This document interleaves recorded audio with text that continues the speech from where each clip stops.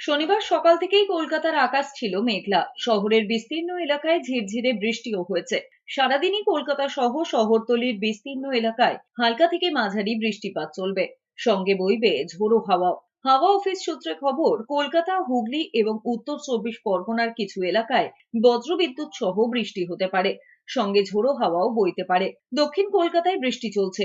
রবিবার পর্যন্ত বজ্রবিদ্যুৎ সহ বৃষ্টি হতে পারে উত্তর এবং দক্ষিণ চব্বিশ পরগনা, পূর্ব ও পশ্চিম মেদিনীপুর এবং ঝাড়গ্রামে। বৃষ্টির সঙ্গে কোথাও কোথাও বইতে পারে ঘন্টায় 30 থেকে 40 কিলোমিটার বেগে ঝোড়ো হাওয়া। এছাড়া পুরুলিয়া, বাঁকুড়া, পূর্ব বর্ধমান, পশ্চিম বর্ধমান এবং বীরভূমেও শনিবারের পর থেকে আর বৃষ্টি হবে না।